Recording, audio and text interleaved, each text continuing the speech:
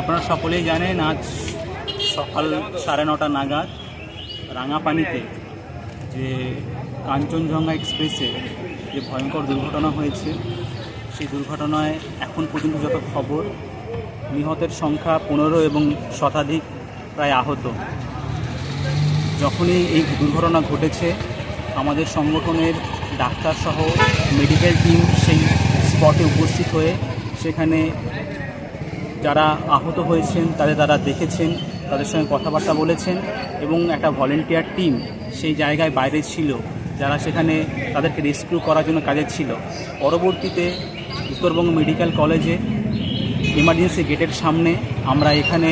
একটা booth camp করেছি, assistant booth camp ও help desk, যেখানে আমাদের 15 জনের বেশি ভলেন্টিয়ার আমরা এখানে এসে এখানে যারা আহত হয়েছেন তাদের সঙ্গে কথাবার্তা, তাদেরকে আমরা সাহায্য করছি।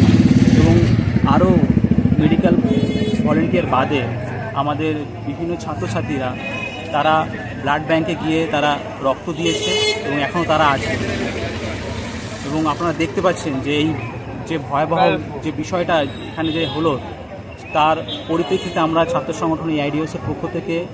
বিভিন্ন জায়গায় সবার কাছে আমরা এই আবেদনটা জানাচ্ছি যে এই আহত পরিবারদের পাশে দাঁড়ানোর জন্য এবং যে যেরকমভাবে সাহায্য করতে পারে সেই সাহায্যের আমরা আবেদনটা সবার কাছেই রাখছি।